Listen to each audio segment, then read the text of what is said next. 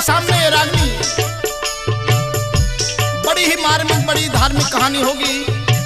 सेठ ताराचंद के किस्से से। और बात भी उस समय से होगी दोस्तों कि जब गरीबी और तन्हाई की हालत में सेठ ताराचंद अपने बेटे चंद्रगुप्त को लेकर के हापुड़ मनसामल सेठ के यहाँ पहुंच जाते हैं और 200 रुपए में अपने बेटे चंद्रगुप्त को गिरवी रखना चाहते हैं। एक बात के द्वारा सेठ ताराचंद मनसामल सेठ से क्या कहने लगते हैं, सुनेंगे यहाँ की बात।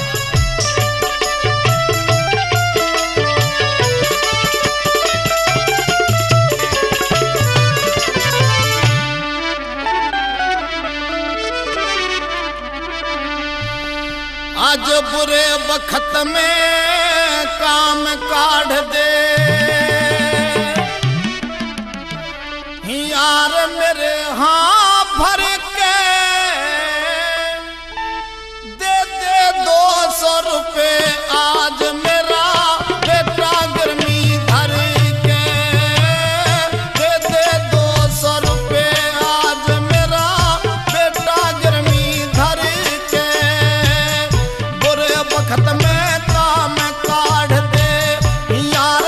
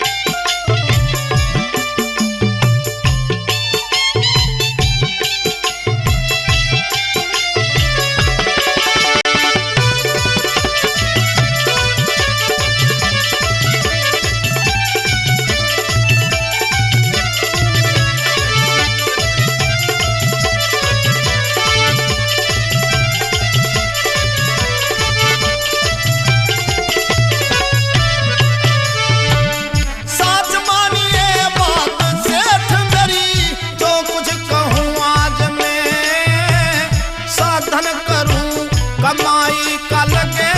ऐसा सही काज में, चुपका चुपकी दे दूंगा सब ताणू लोक लाज में, मूल का मूल चुकाऊंगा मेरा बेटा रहा ब्याज में।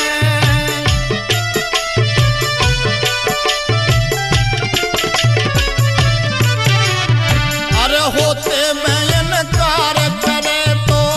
बुरी लगे ईश्वर के,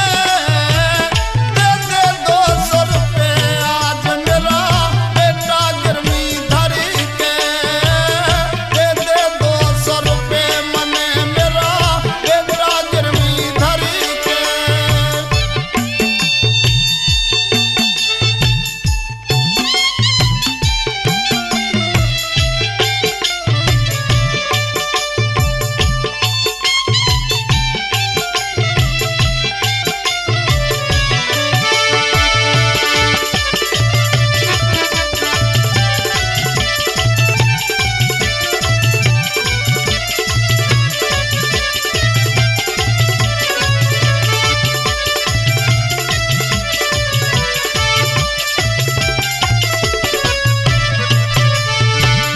मिल जाकर दी उधार मने तो कोई कार कर लूंगा, सर पे गर्दिश चढ़ी हुई मैं इससे उभर लूंगा,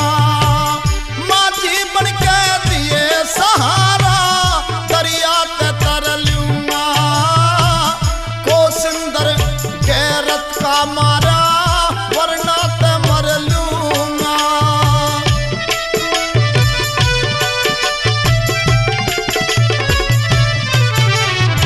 अरे कह सुखपाल पुरे ना